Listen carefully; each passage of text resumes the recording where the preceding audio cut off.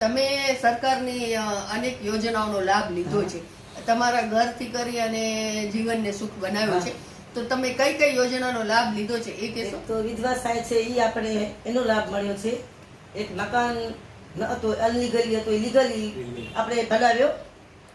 એક ગાડીની મદદ આપણે જમાઈ માટે કરી, આપણે દીકરીની મદદ કરી, આપણે એનો પણ લાભ લીધેલો છે. આયુષ્માન કાર્ડ લીધો, એનો લાભ લીધો. મારી 4 દીકરીઓ હતી, એને મેં પહેરાવ્યો. આ લાભ લઈને લોનનું પર્સનલ લોન લઈને છોકરીના લગ્ન કર્યા.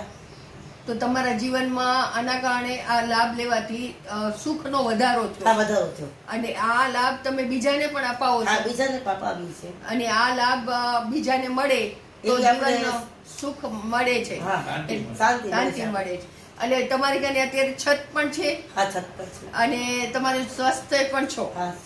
અને આ તમારી જીવનમાં જે સુખ માટે જે જોઈએ આર્થિક, એ પણ તમને વૃદ્ધ પેન્શન માંથી મળે છે. વિધવા સહાય વિધવા સહાય 1500 મારો છોકરો નથી એટલે મને 1500 મળે છે.